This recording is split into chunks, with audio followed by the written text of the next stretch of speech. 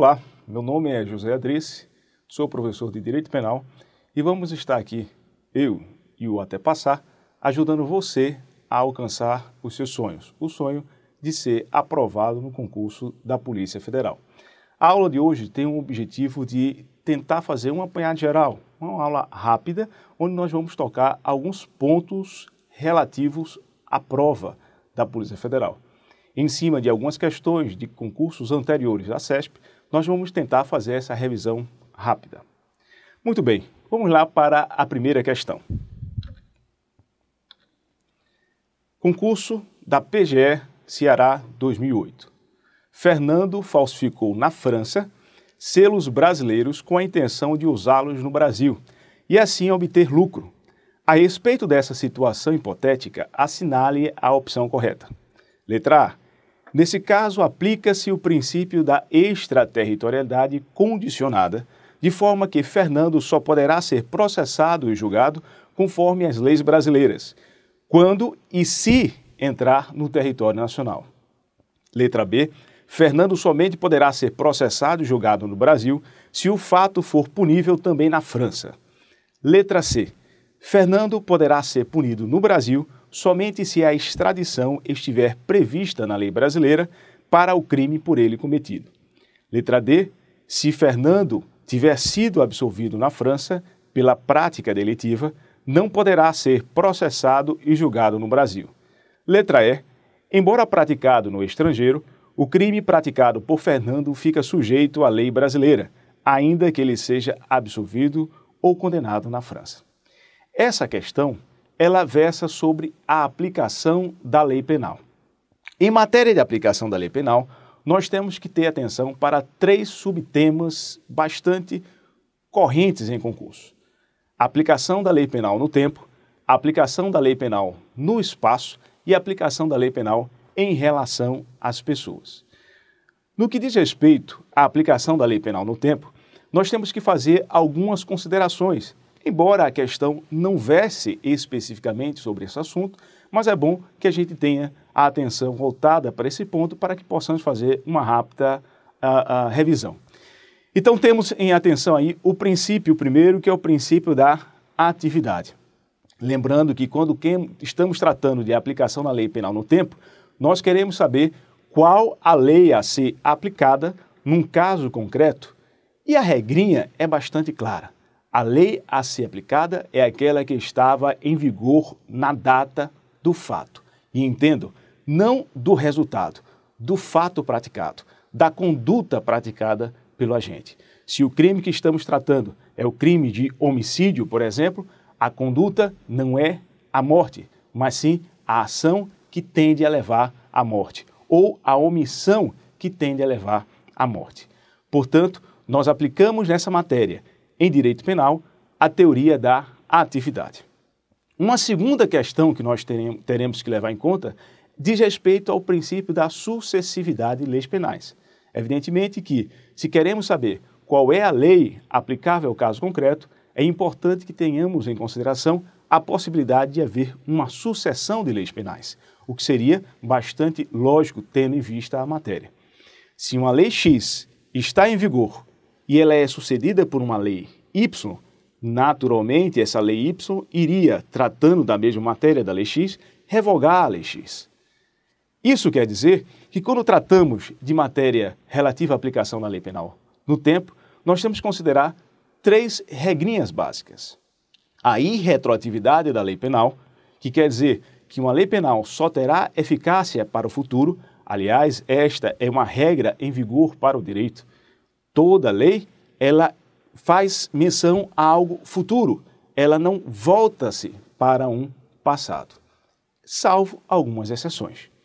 Em direito penal, esta exceção é o princípio da retroatividade benéfica. Ou seja, uma lei posterior ao fato, quando benéfica, poderá retroagir para alcançar o fato pretérito.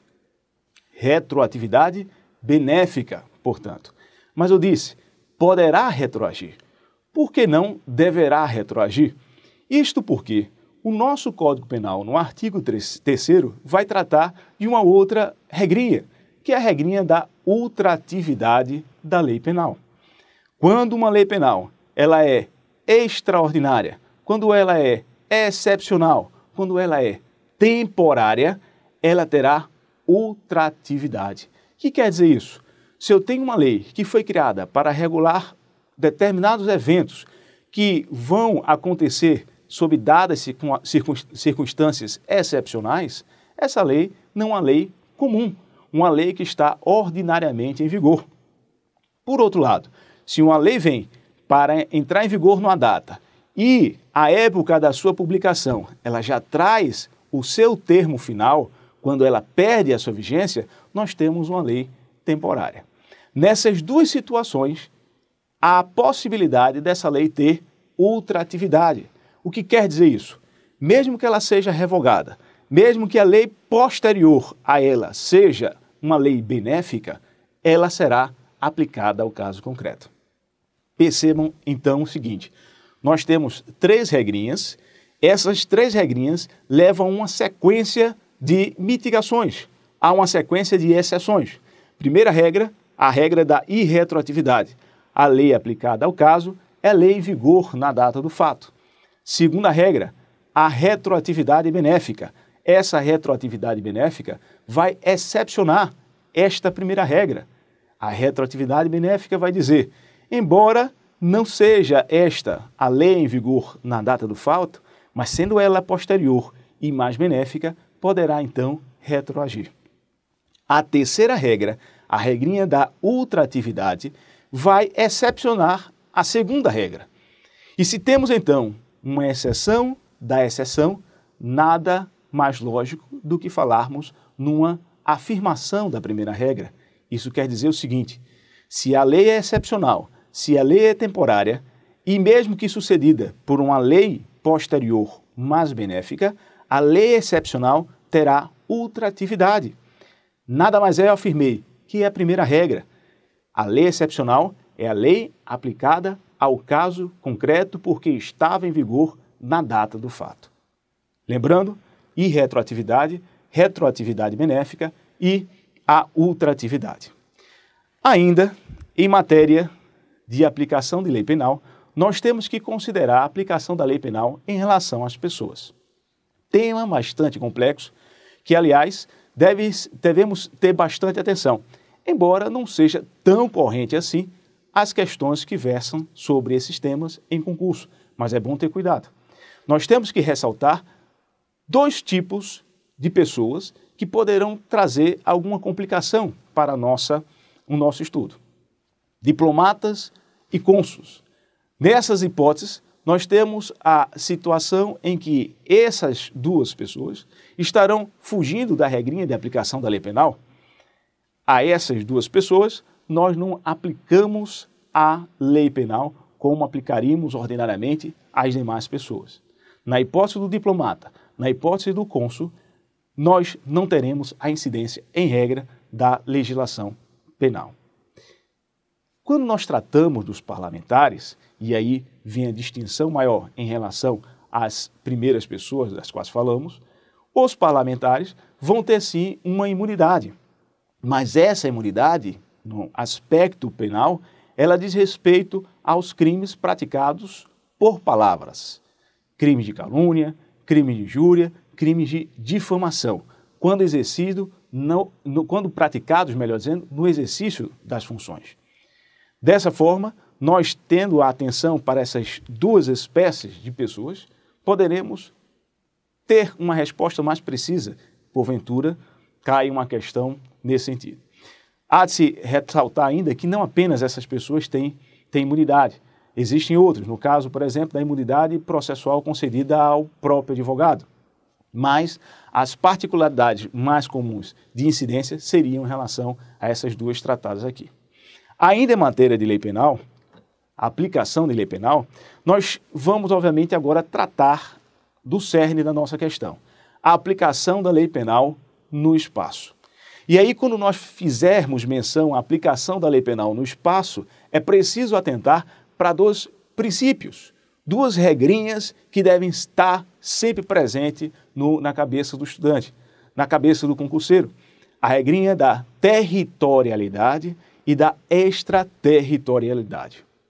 Quando nós falamos em territorialidade, nós queremos dizer que a lei penal brasileira, como regra, terá incidência dentro do território nacional, entendido como as fronteiras terrestres, o mar territorial e toda a coluna de ar que se projeta acima desse espaço.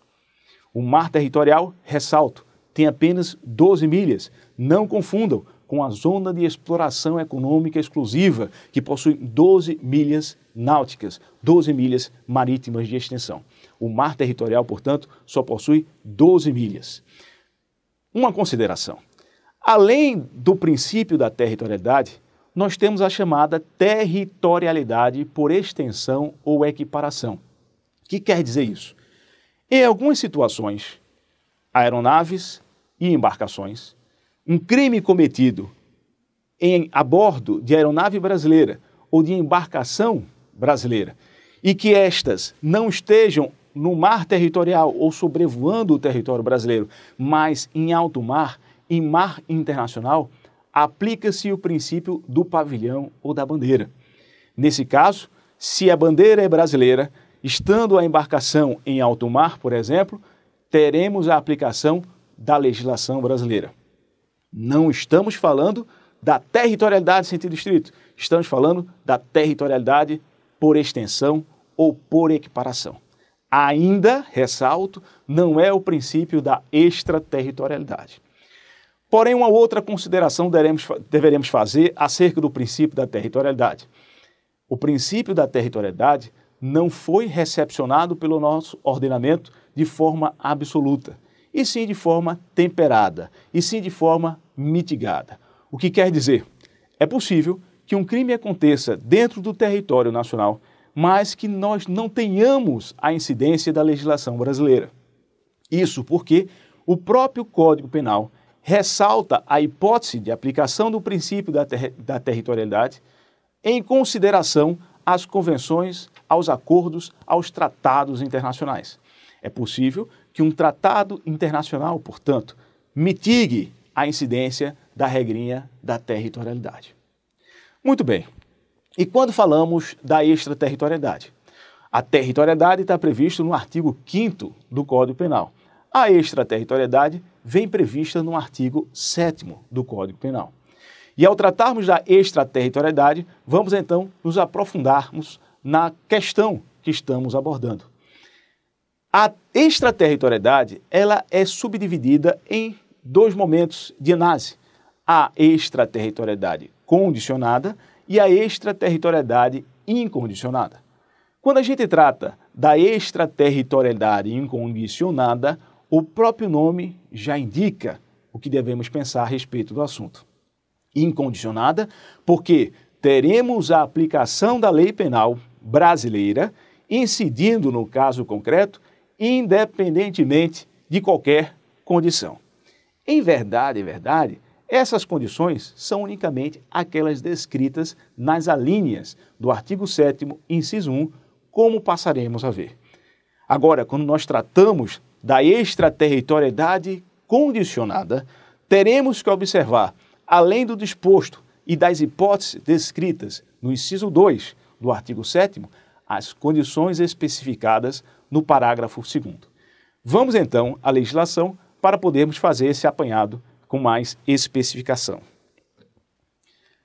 Artigo 7º, extraterritorialidade incondicionada, vocês podem acompanhar. Ficam sujeitos à lei brasileira, embora cometidos no estrangeiro, 1. Os crimes. A linha A. Contra a vida ou a liberdade do presidente da República. Esta linha foi construída a partir do princípio da proteção ou princípio da defesa. Este princípio diz que determinados bens de interesse para a nação devem ser tutelados de forma adequada.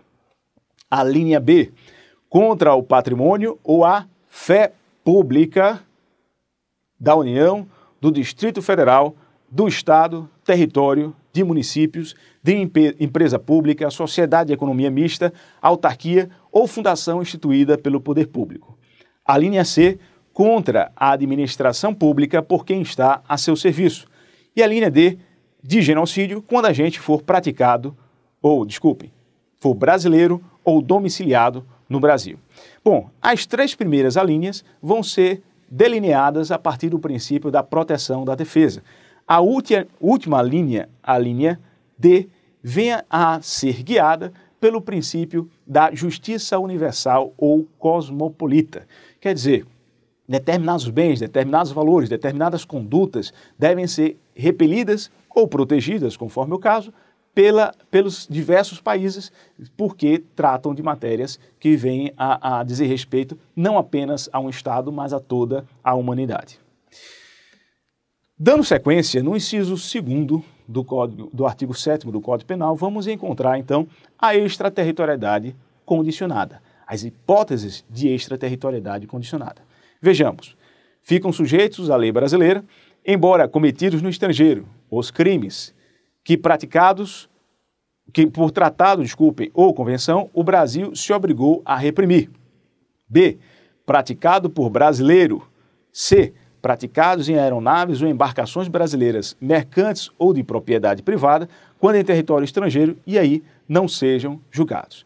Algumas considerações. A linha A, que por tratado ou convenção o Brasil se obrigou a reprimir, tem por guia o mesmo princípio da última linha do artigo 7º, inciso 1.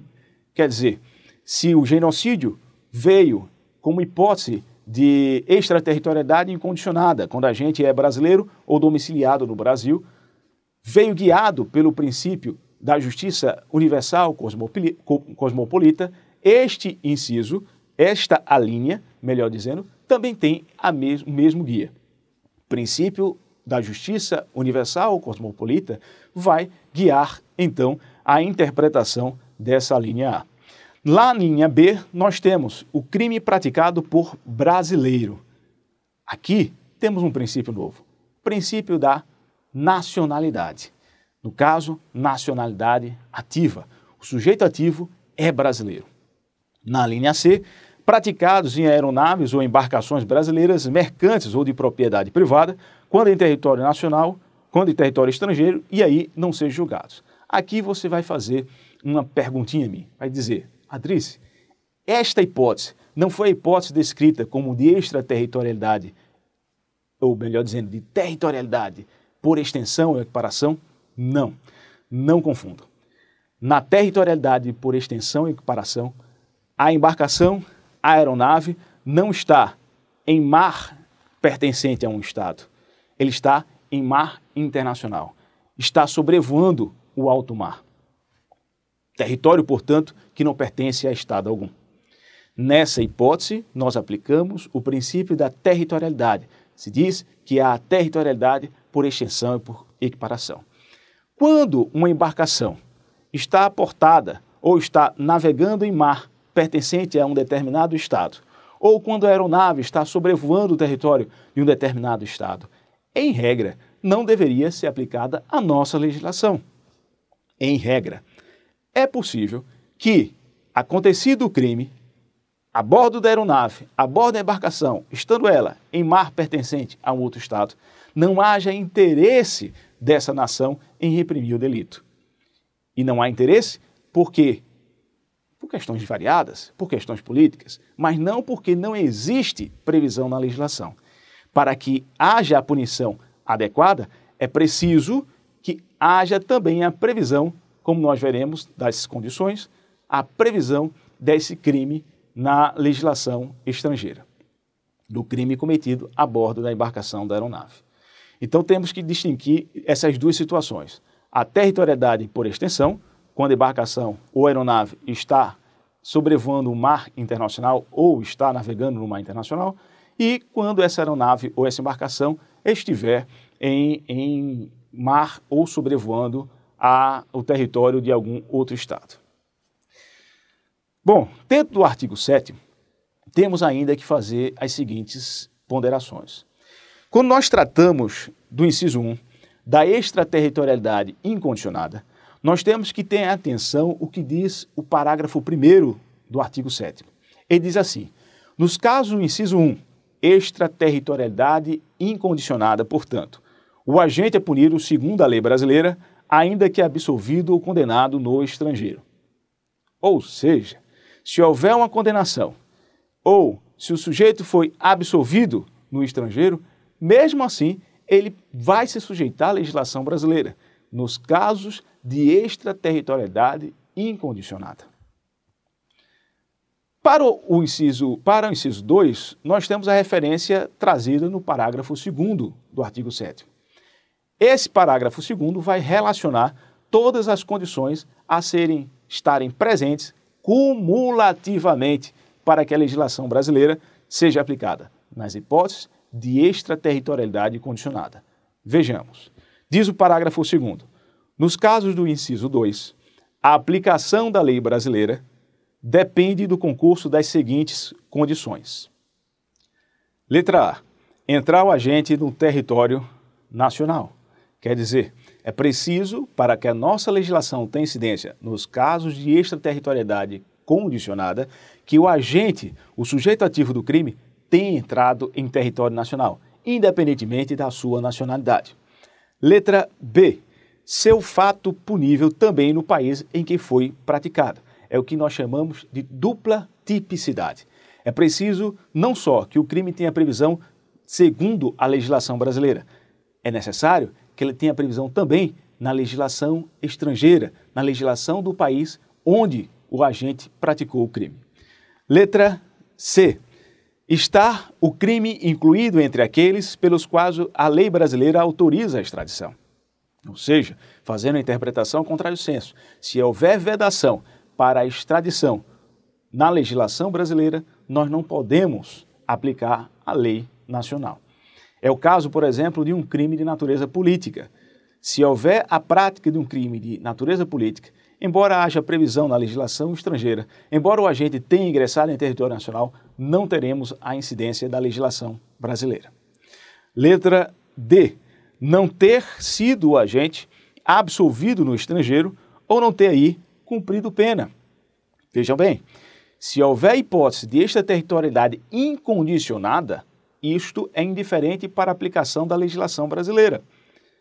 Agora, se a hipótese é de extraterritorialidade condicionada e o sujeito foi absolvido ou, se tiver cumprida a pena, qualquer que tenha sido, ele aqui não se sujeitará à incidência da nossa legislação.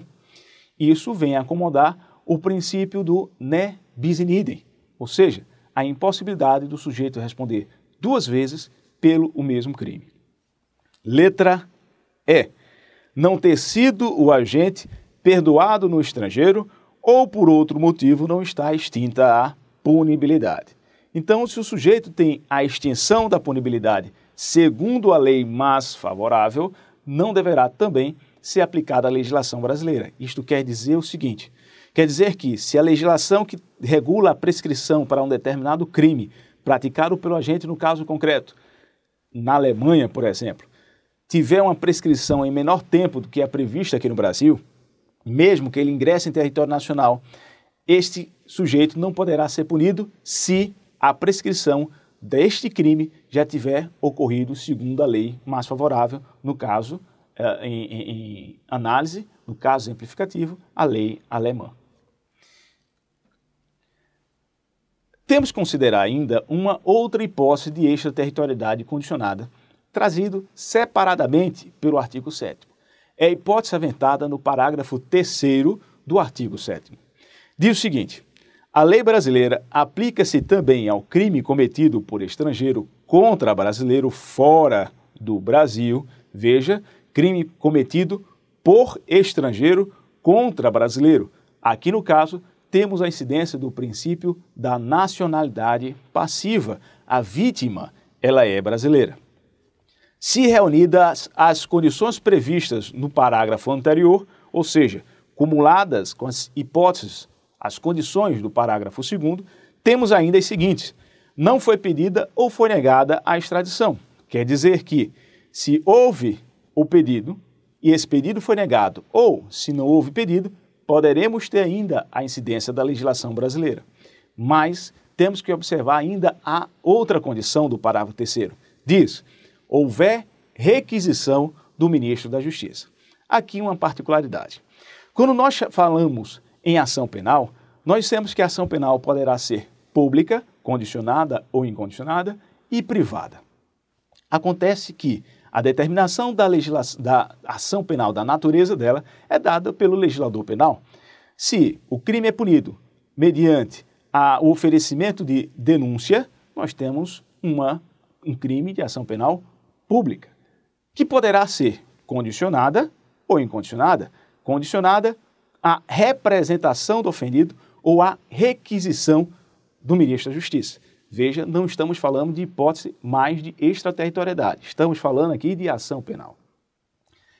E na privada? Quando o crime, a ação, se processa mediante queixa do particular. É chamada queixa-crime. Nome dado à petição inicial, à peça exordial do processo na ação penal privada. Muito bem. Um crime de homicídio, ele será de natureza pública e incondicionada, porque o legislador não impôs qualquer condição para que haja a incidência da ação devida, a ação própria. Porém, se o crime de homicídio é praticado contra um brasileiro por um estrangeiro no exterior, e esse estrangeiro, vamos supor, acaba ingressando em território nacional, temos que considerar que para que se processe o feito, para que se tenha a aplicação da legislação penal brasileira, é preciso que haja a requisição do ministro da Justiça. Quero dizer, o crime de homicídio, que em regra é de ação penal pública e incondicionada, nessa hipótese do parágrafo 3º, passará a ser condicionada. Respostas, portanto, letra E. Embora praticado no estrangeiro, o crime praticado por Fernando fica sujeito à lei brasileira, ainda que ele seja absolvido ou condenado na França. Isso porque o crime praticado por Fernando é de falsificação de selos, crime que é contra a fé pública da União. Como a hipótese de crime contra a fé pública da União, dos Estados, Distrito Federal, municípios, territórios, é crime de ação penal pública incondicionada, a assertiva que mais se adequa ao caso é a letra E. Vejamos então a segunda questão. Denis desferiu 5 facadas em Henrique com a intenção de matar, ou seja, agindo com ânimos necandi. Socorrido imediatamente, é encaminhado ao hospital mais próximo. Henrique foi submetido à cirurgia de emergência, em razão da qual contraiu infecção e finalmente faleceu. Acerca dessa situação hipotética, em razão da qual contraiu infecção e finalmente faleceu, assinale a opção correta, com base no entendimento do STF. Letra A. Trata-se de causa absolutamente independente, superveniente, que rompeu o nexo causal, devendo Denis responder por tentativa de homicídio. Letra B. Trata-se de causa relativamente independente e superveniente, que rompeu o nexo causal, devendo Denis responder por tentativa de homicídio. Letra C. Não houve rompimento do nexo de causalidade, devendo Denis responder por homicídio doloso consumado. Letra D. Trata-se de causa relativamente independente e superveniente, que rompeu o nexo causal, devendo Denis responder por lesão corporal seguida de morte. Letra E. Não houve rompimento do nexo causal, mas Denis deve responder apenas por tentativa de homicídio. Para que a gente possa solucionar essa questão, a gente tem que voltar os olhos para a relação de causalidade, o estudo do nexo de causalidade. Ou seja, quando um determinado resultado poderá ser atribuído a alguém. Essa questão é ser solucionada. Considerando o estudo do nexo de causalidade, nós temos que falar que 2 teorias poderão, de início, existem outras, mas de início, dizer respeito ao tema. A primeira, a teoria da equivalência dos antecedentes. A segunda, a teoria da condição adequada. O que quer dizer a teoria da equivalência dos antecedentes ou da equipolência dos antecedentes? Para esta teoria, não importa fazer distinção entre causa e condição. Qualquer evento anterior ao resultado que possa ter gerado esse resultado será considerado como causa. É difícil, às vezes, para o aluno enxergar a distinção entre causa e condição. Qual seria essa distinção própria? Quando a gente analisa a teoria da condição adequada, é que a gente vai perceber essa distinção. Segundo essa teoria, é considerada causa apenas aqueles eventos que, numa relação de probabilidade, poderia levar ao resultado. Ou seja, se eu tenho um determinado evento que não levaria ordinariamente àquele resultado alcançado, nós não temos uma causa, nós teríamos uma condição. Voltando para a primeira teoria, da equivalência dos antecedentes, eu disse, nós não temos essa distinção. Se, num caso concreto, um resultado foi causado por um evento, seja ela causa ou condição, para a teoria da equivalência dos antecedentes, não temos a distinção com resultados significativos. Qualquer uma delas será considerada causa do resultado. Muito bem, qual dessas teorias é a mais aplicada à legislação penal? Se observarmos o que diz o caput do artigo 13, a gente vai ver que o legislador penal adotou a teoria da equivalência dos antecedentes. Ele diz assim: o resultado de que depende a existência do crime somente é imputável a quem lhe deu causa, considera-se causa a ação ou omissão sem a qual o resultado não teria acontecido. Então, para o legislador penal, não importa estabelecer a distinção entre causa e condição. Se aquele evento gerou resultado, nós teremos esta qualidade de causa. Mas como saber que este evento é causa do resultado? Aí nós vamos realizar uma atividade imaginativa, uma atividade criativa.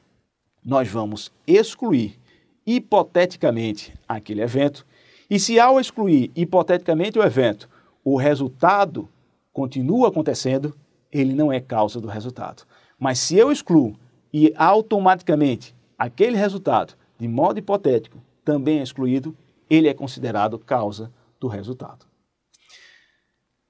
Considerando o tema de nexo-causalidade, nós temos que fazer menção ainda que um determinado evento pode resultar de várias causas. Causas que muitas vezes vêm em sequência. Ele tem um certo desenvolvimento. Considerando a análise das causas, nós vamos dizer que as causas podem ser dependentes, quando naturalmente levam ao resultado, e podem ser causas independentes. Essas causas independentes ainda são subdivididas em duas ordens. Aquelas que são absolutamente independentes, que por si só levam ao resultado, e aquelas que são relativamente independentes. Para que a gente considere esta análise, nós vamos dizer o seguinte: se estamos dentro do desenvolvimento natural dos fatos, exemplo, João esfaqueia Pedro. Pela lesão provocada em virtude do esfaqueamento de Pedro, Pedro vem a ter hemorragia. Em virtude da hemorragia e do sangramento intenso, Pedro entra em choque hemorrágico. E em virtude do choque hemorrágico, Pedro vem a falecer. Nós temos aí uma sucessão de eventos. Perceba que a causa mortis de Pedro é o choque hemorrágico, é a hemorragia intensa. Antes dessa hemorragia, que foi provocada pela facada, nós temos que analisar então a responsabilidade de João. Se João não tivesse dado a facada em Pedro, Pedro não teria falecido do choque hemorrágico. Esta análise, esta chamada aplicação da teoria da conditio sine qua non, é importantíssima para a atribuição do resultado. No exemplo dado, temos que a responsabilidade da morte de Pedro poderá ser imputada a João. Isso porque a morte advém de um desdobramento natural dos fatos. Porém, quando estamos diante de outras situações, principalmente quando há causas supervenientes, causas que são posteriores ao evento, nós poderemos ter a exclusão da imputação ao agente.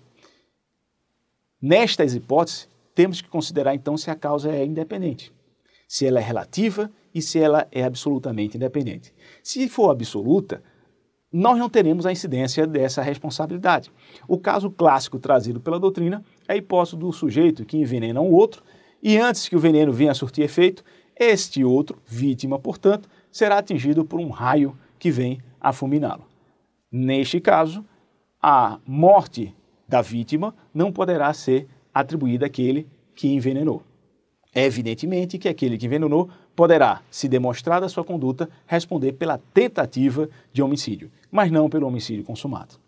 Questão mais tormentosa diz respeito àquelas causas que são relativamente independentes. E é esta hipótese tratada no parágrafo 1º do artigo 13. Vamos ler. A superveniência de causa relativamente independente exclui a imputação quando, por si só, produziu o resultado. Os fatos anteriores, entretanto, imputam-se a quem os praticou. Veja bem, a superveniência de causa relativamente independente. Chama aqui a atenção. Porque essa causa, ela pode ser pré-existente, anterior à ação ou omissão, ela pode ser concomitante, presente durante a ação ou omissão, e pode ser superveniente. A hipótese de exclusão da responsabilidade é só quando essa causa relativamente independente ela é superveniente. Portanto, se a causa é pré-existente, se a causa ela é concomitante, não exclui a responsabilidade do agente pelo resultado final. A hipótese, repito, é só quando ela é superveniente. Caso também muito comum na doutrina. O sujeito é socorrido, levado numa ambulância, a ambulância sofre um acidente e aquela pessoa que foi vítima da ação primeira será morta, não em virtude do ferimento causado pelo agente, mas morta por um traumatismo crânioencefálico. A causa-morte não seria o choque hemorrágico produzido pela lesão primeira, mas uma lesão subsequente. Nessa hipótese, vamos perguntar, se eu excluísse a conduta primeira do agente que esfaqueou, será que a vítima estaria na ambulância? Não, ela não estaria. É por isso que nós teremos uma causa que não é inteiramente independente. Ela é independente na medida em que, sendo superveniente, por si só, lesa, traz a possibilidade de causar o resultado, o traumatismo crânioencefálico. Bom, vamos voltar para a questão. A questão diz, Denis deferiu 5 facadas em Henrique. Mas Henrique morreu de quê? Morreu de infecção hospitalar contraída no hospital. A análise rápida poderia nos dar a solução dessa questão como sendo um caso de causa superveniente, relativamente independente, que excluiria a responsabilidade de Denis. Denis não iria ser responsável pela morte da vítima Henrique. Denis seria responsável pela tentativa de homicídio de Henrique. Esta é a primeira análise que poderemos fazer, a aplicação do parágrafo 1º. Mas a questão pergunta, acerca da situação hipotética, assinale a opção correta com base no entendimento do STF. Ora, não só o STF, mas os tribunais brasileiros de um modo geral, nesse caso específico da infecção hospitalar, vem a entender que não se trata de causa independente, nem relativa, nem absolutamente independente, mas se trata de um desenvolvimento natural dos fatos. Ou seja, segundo o entendimento jurisprudencial, incluindo aí o STF, se houver alguém que venha morrer em virtude da infecção hospitalar contraída, o causador primeiro, aquele que fez com que o sujeito estivesse no hospital, que fosse lá baixar o hospital, será responsável pela morte desse sujeito. Entende a jurisprudência, portanto, que se trata de um desenvolvimento natural, que se trata aí de uma causa dependente. Portanto, a resposta está na letra C. Não houve rompimento do nexo de causalidade, devendo Denis responder por homicídio doloso consumado. Terceira questão. Acerca da conduta do agente, assinale a opção correta. Letra A. O agente que voluntariamente desiste de prosseguir na execução responde pelo crime pretendido na modalidade tentada. B. O agente que, depois de esgotar todos os meios de que dispunha para consumar a infração, se arrepende e impede que o resultado ocorra, só responde pelos atos praticados. Letra C. O agente que voluntariamente repara o dano decorrente de crime apenado com detenção até o recebimento da denúncia ou queixa terá sua pena atenuada. Letra D. Segundo o entendimento do STF, há crime de latrocínio tentado quando o homicídio se consuma, ainda que não realize o agente a subtração dos bens da vítima. Letra E. As contravenções penais e os crimes pré-dolosos admitem a modalidade tentada, uma vez que é possível fracionar o intercrimes. Para a solução dessa questão, reputa-se necessária a análise do texto do que está escrito no artigo 15 do Código Penal. Trata o artigo 15 da desistência voluntária e do arrependimento eficaz. Diz assim o artigo: o agente que voluntariamente desiste de prosseguir na execução ou impede que o resultado se produza, só responde pelos atos já praticados. Veja o destaque: só responde pelos atos já praticados. Isso não quer dizer que ele responda pela tentativa do crime que ele queria praticar, mas sim, se eventualmente restar algo a ser punido, pelos atos anteriormente praticados. Exemplo: o sujeito adentra numa casa, quer praticar um furto, mas ele acaba desistindo de praticar esse furto e retira-se da casa. Ele não responde pela tentativa de furto, responderia apenas pelo crime de violação de domicílio, artigo 150 do CP. Se o cara tenta matar um outro, se o sujeito tenta matar uma vítima e ele desiste dessa morte, desista de ser resultado, ou ele se arrepende, ele não responde pela tentativa de homicídio, mas responderia pelo resultado provocado. Se houver lesão corporal, pela lesão corporal provocada, então. Antes de irmos para a questão, para a solução, é bom também trazer um destaque. Desistência voluntária e arrependimento eficaz não são a mesma coisa. Veja que o conectivo aí utilizado já dá essa distinção: desistência voluntária e arrependimento eficaz. O resultado é o mesmo, mas doutrinariamente se conforma de modo distinto. Quando eu tenho desistência voluntária, o sujeito ele não percorre toda a execução, ele não esgota a execução. Ele poderia continuar ainda executando o crime, mas ele desiste voluntariamente. Já no arrependimento eficaz, ele realiza todos os atos de execução, ele nada mais tem a fazer, porém, por uma conduta posterior, ele impede que o crime se consuma. Muito bem, vamos à resposta da questão. Resposta letra B. O agente que depois de esgotar todos os meios que dispunha para consumar a infração penal, se arrepende e impede que o resultado ocorra, só responde pelos atos praticados. Portanto, se trata aqui de uma desistência voluntária. Ou, desculpe, de um arrependimento eficaz. Queria ainda fazer algumas pontuações a respeito da letra D e a letra E. Primeiro, a letra D. Segundo o entendimento do STF, há crime de latrocínio tentado quando o homicídio se consuma, ainda que não realize o agente a subtração dos bens da vítima. É interessante a gente analisar que o crime de latrocínio está previsto como crime contra o patrimônio, não como um crime contra a vida. Latrocínio, matar para roubar, ele vem a ser um crime pluriofensivo, ele ofende mais de um bem jurídico, o patrimônio e a vida. Porém, o legislador penal exerceu a opção de colocá-lo como crime contra o patrimônio. Seria natural pensar que o patrimônio ou a subtração do patrimônio iria determinar a consumação deste crime. Porém, a posição do STF é no sentido de acomodar aquele bem que seja mais valioso, mais valoroso. Portanto, segundo o entendimento do STF, se o crime, ou melhor, se a morte se consuma, nós temos a consumação do crime de latrocínio, independentemente da subtração da coisa. Se, por outro lado, a morte não se consuma, independentemente da subtração, nós teremos a tentativa de latrocínio. No que diz respeito à letra E, ele traz uma assertiva interessante. As contravenções penais e os crimes pré-dolosos admitem a modalidade tentada, uma vez que é possível fracionar o iter crimes. Dependendo da contravenção a ser tratada, sim, será possível fracionar o iter crimes. Lembro que temos a cogitação como a primeira fase do iter crimes, que é uma fase psíquica, temos a primeira esterilização, que é a preparação, depois nós temos a execução, a consumação e, para alguns crimes, o exaurimento. Ora, é possível que eu tenha uma contravenção onde, idealmente, eu possa visualizar esse iter crimes. Acontece que o artigo 4º da Lei de Contravenções Penais veda expressamente a possibilidade de punição para a tentativa de uma contravenção penal. Para o legislador, isso seria algo irrisório, não passível de punição, portanto. Resposta letra B. Vamos para a quarta questão.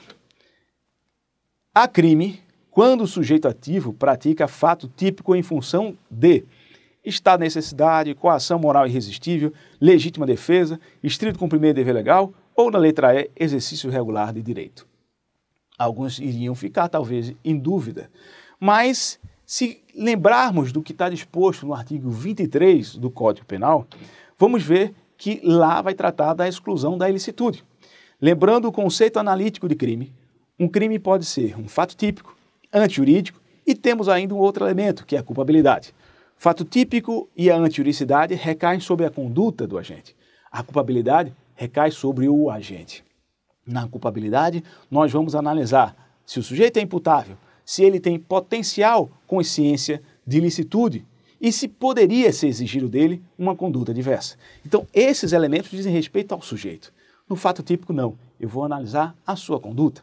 É óbvio que a conduta ela não é analisada de forma seca, objetiva, como no conceito clássico de crime, mas ela é analisada considerando alguns elementos subjetivos. A intenção, o dolo, a culpa. Aí uma particularidade. A culpabilidade, apesar do nome, ela não tem o elemento culpa ou dolo. O dolo e a culpa estão presentes no elemento fato típico. Às vezes cai uma questão ou outra perguntando se no conceito finalista a culpabilidade é composta pelo dolo e culpa. Não. No conceito finalista, a culpabilidade só tem elementos normativos, não subjetivos. Agora, quando a gente trata do conceito de crime, para alguns autores, nós temos correntes distintas. Alguns vão entender que, dentro do conceito bipartite, o crime seria apenas o fato típico e antijurídico. Outros, seguindo uma tripartição de crime, ou um conceito tripartite, vai dizer que o crime é o fato típico, antijurídico e culpável. O nosso legislador, no artigo 23, caput, vai dizer: não há crime quando a gente pratica o fato em estado de necessidade, legítima defesa, estrito cumprimento de dever legal e exercício regular de direito. Essas são as hipóteses de exclusão de ilicitude. Para a maioria da doutrina que segue o conceito bipartite, se estamos tratando de crime, estamos falando de um fato típico e antijurídico. Portanto, quando a gente analisa a coação moral irresistível, estamos falando de uma hipótese que, juntamente com a obediência hierárquica, vai ser uma excludente de culpabilidade. Não se poderia exigir dele conduta diversa. Por quê? Porque havia uma coação moral irresistível sobre ele, ou porque ele estava sob a obediência hierárquica. Nessas hipóteses, nós teríamos um crime, porém nós não teríamos a culpabilidade do agente. E assim, a culpabilidade, como pressuposto para a aplicação da pena, não se verificaria. O sujeito não seria passível de receber uma punição. Vamos para a última questão número 5. Assinale a opção correta em relação à pena de multa criminal após o trânsito em julgado da sentença penal condenatória. Letra A. A multa é considerada dívida ativa de valor, aplicando-se as normas da legislação relativa à dívida ativa da Fazenda Pública. Letra B. No que concerne às causas interruptivas da prescrição, aplicam-se as normas do Código Penal, CP. Letra C. No que se refere às causas suspensivas da prescrição, aplicam-se as normas do CP. Letra D. A multa deve ser convertida em prisão caso o condenado não a pague. E letra E. Cabe habeas corpus contra a decisão condenatória a pena exclusivamente de multa. Bom, tendo em atenção o disposto no artigo 51 do Código, artigo esse que foi modificado no ano de 1996, nós vamos entender que, após o trânsito em julgado, a multa será considerada como dívida de valor. Isso quer dizer que, após o trânsito em julgado, ela deve ser levada à inscrição na dívida ativa, como se devesse um tributo. Eu falo como, porque esta multa não perde o caráter penal. O artigo ainda disse mais. Disse, aplicando-se-lhe as normas relativas à dívida ativa da Fazenda, inclusive no que concerne às causas interruptivas e suspensivas da prescrição. Portanto, neste caso, nós temos como resposta a alternativa A. A multa é considerada dívida ativa de valor, aplicando-se as normas da legislação relativa à dívida ativa da Fazenda Pública. Bom, em relação ao tema, cabe ainda fazer alguns pormenores. A letra D diz assim: a multa deve ser convertida em prisão caso o condenado não a pague.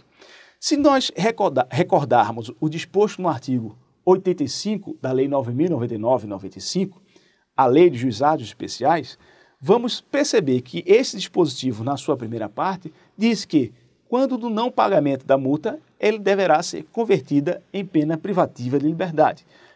Destaco, esta lei vem em 95. A modificação do artigo 51 do CP vem no ano seguinte, em 96. Muito debate houve, e doutrinariamente ainda se trava, sobre a possibilidade dessa alteração do artigo 51 vir a ter alterado, a ter revogado tacitamente esse dispositivo do artigo 85 da Lei de Juizados Especiais, a Lei 9.099.